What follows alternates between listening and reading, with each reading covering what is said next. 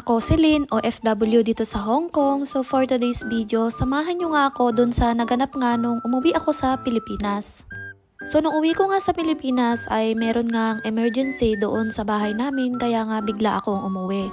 So bago nga pala dito pagkagising ko sa umaga ay naglalaba nga pala ako. So kung sa mga ibang OFW, umuwi sila para magpahinga at mamasyal, ako naman ganito yung nangyari sa akin nung kadarating ko nga lang doon sa amin. Grabe yung weather sa amin, parang Hong Kong din, napakalamig. At nataon nga dito nung plano ko ng maglaba ay maaraw na.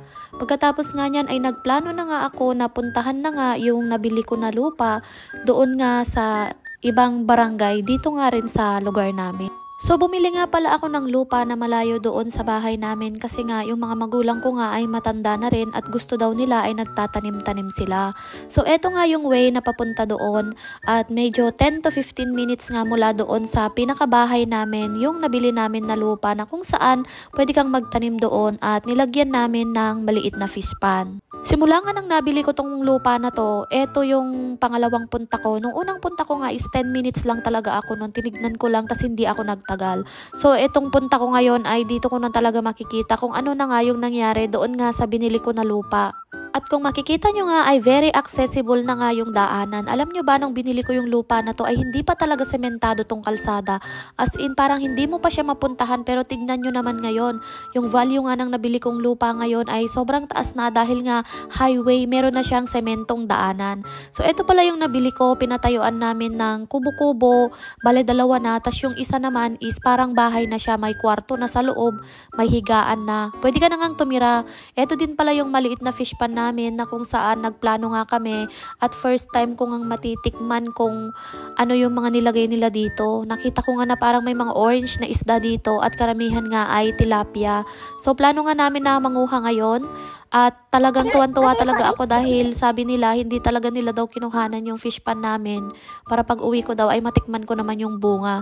So tignan nyo naman guys, tuwan-tuwa talaga kaming nanguha ng iilang piraso ng mga tilapia dahil medyo mahirap.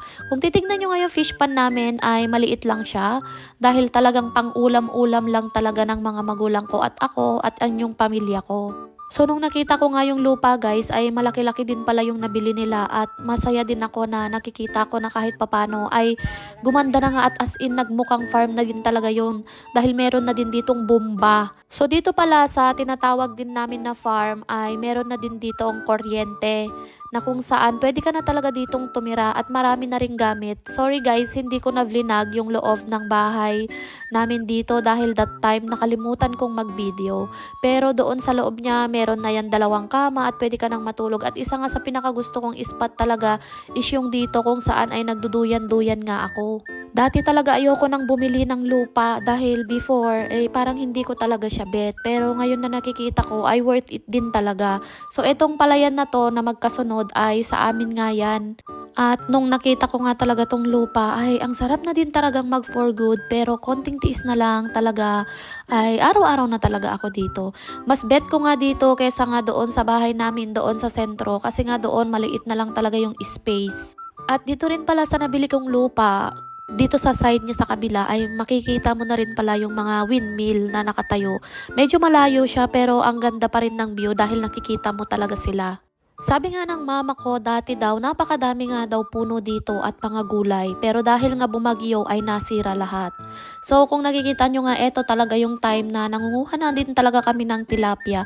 At guys, alam nyo ba nung kinain ko talaga yung tilapia ay napaka-fresh talaga niya at napakatamis. O siya, hanggang dito na lang muna. Follow my page for more.